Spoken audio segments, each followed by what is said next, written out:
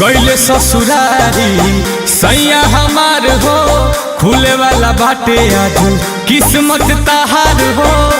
ए सुनो तारनु का बुझाई। गईले ससुरारी सैया हमार हो, खुले वाला बाटे आज किस्मत तहार हो। जरता जवानी जैसे हीटर हो, अरे हीटर हो। जरता जवानी जैसे हीटर हो, अरे हीटर हो।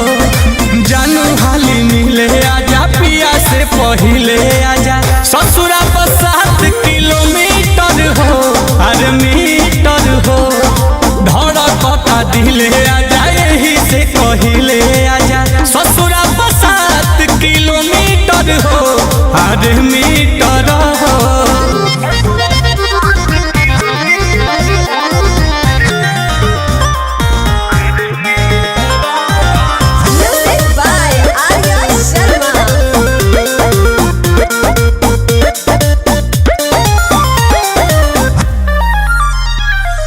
धीरे से बजाई हकेवारी, खोली देही पिछला दुआरी। खात बानी रोजे तरकारी, आई के चिखाई जा बरारी। मन चटक हो जाई। कल से बजाई हकेवारी, खोली देही पिछला दुआरी।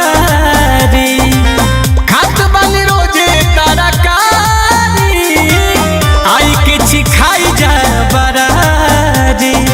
सोना तहर भइल नइखी भीतर हो, साल भीतर हो। जानू हाली मिले आजा, पिया से पहिले आजा। ससुरा पर 7 किलोमीटर हो, अरे मीटर हो। अरे कही बाजिले आजा, यही से कहिले आजा। ससुरा पर 7 किलोमीटर हो, अरे मीटर हो।